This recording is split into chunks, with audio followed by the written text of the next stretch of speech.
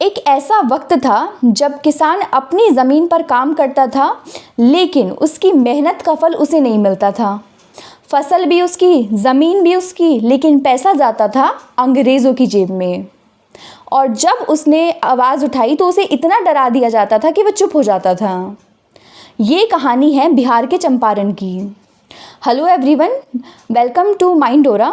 आज हम पढ़ेंगे चंपारण सत्याग्रह 1917 के बारे में, गांधी जी का पहला सत्याग्रह। तो पहले समझते हैं चंपारण की कहानी। तो चंपारण एक डिस्ट्रिक्ट है बिहार में, नेपाल बॉर्डर के पास। यहाँ की ज़मीन बहुत फर्टाइल थी, मतलब खेती के लिए एकदम परफेक्ट। अब इस फर्टाइल ज़मीन पर ब्रिटिशर्स और यूरोपियन जो प्लांटर थे, उन्होंने एक बिजनेस चलाया हुआ था, और वो बिजनेस था नील की खेती, यानी इंडिगो फार्मिंग। नील क्या होता है? तो ये एक ब्लू डाई होता है जो कपड़ों को रंग देने के काम आता है। उस ज़माने में यूरोप में जो है वो ब्लू कलर की डिमांड बहुत ज़्यादा थी कपड़ों के लिए, यूनिफॉर्म्स के लिए। तो जो ब्रिटिश प्लांटर्स ने सोचा कि इंडिया में सस्ती ज़मीन है, सस्ता लेबर है, तो यहीं से इंडिगो उगाओ और यूरोप में ज़्यादा प्राइस पे बेचो। तो यहाँ से शुरू हुआ इनजस्टिस का ये सिलसिला। अब आता है सबसे इम्पॉर्टेंट पॉइंट, वो है तिनकठिया प्रथा। तिनकठिया, इसमें दो शब्द हैं, पहला है तीन, फिर दूसरा है कठा। तो ये कठा क्या होता है? कठा एक मेजरमेंट की यूनिट होती है ज़मीन नापने की, ठीक है। तो इसमें क्या होता था, हर किसान को अपनी ज़मीन का 15% पर सिर्फ नील उगाना ज़रूरी होता था। उसकी अपनी मर्जी नहीं है, उसकी अपनी चॉइस नहीं है। ब्रिटिश प्लांटर्स का हुक्म था और उसे मानना पड़ता था। अब एक गरीब किसान है, उसके पास थोड़ी सी ज़मीन है और वो चाहता है कि वो उस पर धान मतलब राइस उगाए, गेहूँ उगाए, और फिर वो अपने घर का पेट भर सके। लेकिन 15% ज़मीन पर तो उसे नील की खेती ही करनी थी, उसके पास कोई ऑप्शन नहीं था। और जो नील की खेती करके उसे जो प्राइस मिलता था वो भी ना के बराबर था। जो खेती वो कर रहा है, नील भी वो उगा रहा है, लेकिन प्राइस भी वो डिसाइड नहीं कर सकता, ठीक है। कोई बार्गेनिंग नहीं है, उसकी कोई चॉइस नहीं है। इसका मतलब था किसान की ज़मीन भी जा रही है, उसकी मेहनत भी लग रही है और पैसा भी नहीं मिल रहा है। तो ये स्लेवरी नहीं है तो क्या है, ठीक है। सिर्फ तिनकठिया ही नहीं, और भी बहुत कुछ हो रहा था। जैसे जो प्लांटर्स फार्मर्स पर तरह तरह के इलीगल टैक्स लगाते थे, ठीक है, बिना पैसे के वो काम करा ही रहे थे। किसान आवाज़ उठाते तो उसे मार पीट के धमकी देके और ज़मीन भी उनसे छीन ली जाती थी। और पुलिस भी हमेशा प्लांटर्स के साथ ही थी, क्योंकि ब्रिटिश राज था। तो किसान करता क्या?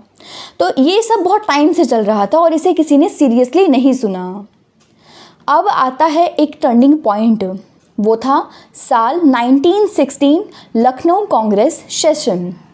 यहाँ एक किसान था जिसका नाम था राजकुमार शुक्ल।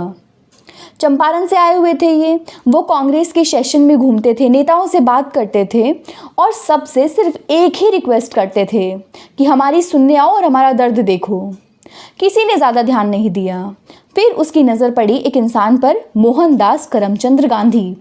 गांधी जी अभी साउथ अफ्रीका से आए थे, उनका नाम था, लेकिन इंडिया में उन्होंने कोई बड़े मूवमेंट्स नहीं किए थे। राजकुमार शुक्ल ने गांधी जी से निवेदन किया कि आप एक बार चंपारण आइए। उसके बाद अप्रैल 1917 में गांधी चंपारण पहुँचे। और जब वो चंपारण पहुँचे और तो उन्होंने जो देखा, उसके बाद उनका दिल दहल गया। मतलब किसानों के कपड़े जो हैं फटे हुए हैं, भूखमरे से चेहरे हैं, डरी हुई आंखें हैं। ये था चंपारण का सच। गांधी वहाँ से भाषण देने नहीं गए थे, उन्होंने किया ग्राउंड लेवल इन्वेस्टिगेशन। मतलब वो गांव-गांव गए, किसानों से बात करी, उनकी बातें सुनी और उनकी तकलीफ़ समझी और उन सबको उन्होंने नोट किया। और वो अकेले नहीं गए थे, उनके साथ आए राजेंद्र प्रसाद, जो बाद में इंडिया के पहले प्रेसिडेंट भी बने, जेपी कृपलानी और भी कई लोग। अब ये एक इंटरेस्टिंग चीज़ है, जैसे कि जो ब्रिटिश कलेक्टर थे उन्होंने गांधी को नोटिस दे दिया था कि आप ये डिस्ट्रिक्ट छोड़ दो, आपको यहाँ रहने की परमिशन नहीं है, पर गांधी ने रिफ्यूज़ कर दिया, ठीक है। और इसका रिज़ल्ट क्या हुआ कि ब्रिटिशर्स को झुकना पड़ा, कोर्ट ने केस वापस ले लिया और गांधी को रहने दिया। तो पहली जीत हो चुकी थी बिना एक भी लाठी उठाए। और गांधी, उसके बाद क्या हुआ, गांधी जी ने एक रिपोर्ट बनाई और गांधी जी की रिपोर्ट इतनी स्ट्रॉन्ग थी, उसमें फैक्ट्स थे, एविडेंस थे कि ब्रिटिश गवर्नमेंट जो है उसे इग्नोर नहीं कर पाई। ठीक है, इग्नोर नहीं कर पाई। 1917 में एक इंक्वायरी कमेटी बनी जिसमें गांधी जी भी मेंबर थे। कमेटी ने इन्वेस्टिगेट किया और फिर गांधी जी की जो भी फाइंडिंग्स थी चंपारण को लेके वो सब सच साबित हुई। उसके बाद आया चंपारण एग्रेरियन एक्ट 1980। क्या था इस एक्ट में? जो तिनकठिया प्रथा थी वो बिल्कुल ख़त्म हो गई। मतलब अब बिल्कुल ज़रूरत नहीं है कि आप 15% ज़मीन पर नील की खेती करो, और जो फार्मर्स हैं उनको 25% रिटर्न दिया गया, रिफंड दिया गया, जो प्लांटर्स से इनलीगली तरीके से ले लिया जाता था। ठीक है, फार्मर अपनी मर्ज़ी से अपनी फसल उगा सकते हैं, कुछ भी जो चाहे, और प्लांटर्स जो थे उनकी मनमानी पर पूरी तरीके से रोक लगा दी गई। ये सत्याग्रह, एक इन्वेस्टिगेशन और पूरा का पूरा सिस्टम बदल गया। ठीक है, नॉन वायलेंस से सिस्टम चेंज हो गया। अब समझते हैं कि चंपारण इतना इम्पॉर्टेंट क्यों था, क्योंकि ये गांधी जी का पहला सत्याग्रह था। ठीक है, ऊपर से गांधी जी ने दिखाया कि लोकल इशू से नेशनल मूवमेंट कैसे बनता है। एक गांव में जो किसान इतना परेशान है, मतलब इतना ज़्यादा वहाँ पे क्रूएल्टी है कि हम इसे एक नेशनल कॉजेस की तरह देखते हैं। इस मूवमेंट ने राजकुमार जैसे शुक्ल जैसे आम इंसान को हीरो बना दिया, क्योंकि एक कॉमन मैन भी चेंज ला सकता है, ये सत्याग्रह जो है ये दिखाता है। और सबसे इम्पॉर्टेंट, गांधी जी ने यहाँ पे एक प्रिंसिपल स्टैब्लिश कर दिया, पहले खुद जाओ, देखो, समझो और फिर लड़ो। बिना ग्राउंड रियलिटी के मूवमेंट नहीं होता।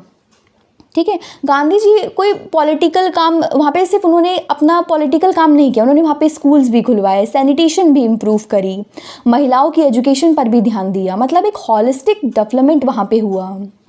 ठीक है, तो दोस्तों ये थी चंपारण सत्याग्रह 1917 की पूरी कहानी।